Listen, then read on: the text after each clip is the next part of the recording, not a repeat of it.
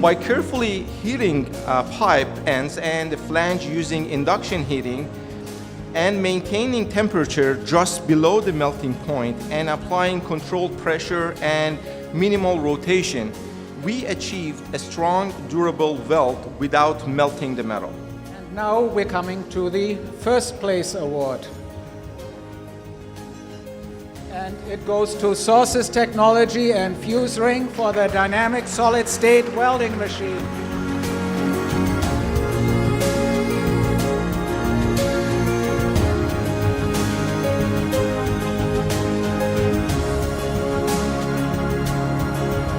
The responsibility that you hold, the work that you had to do to get there, is hard for others, I think, to imagine.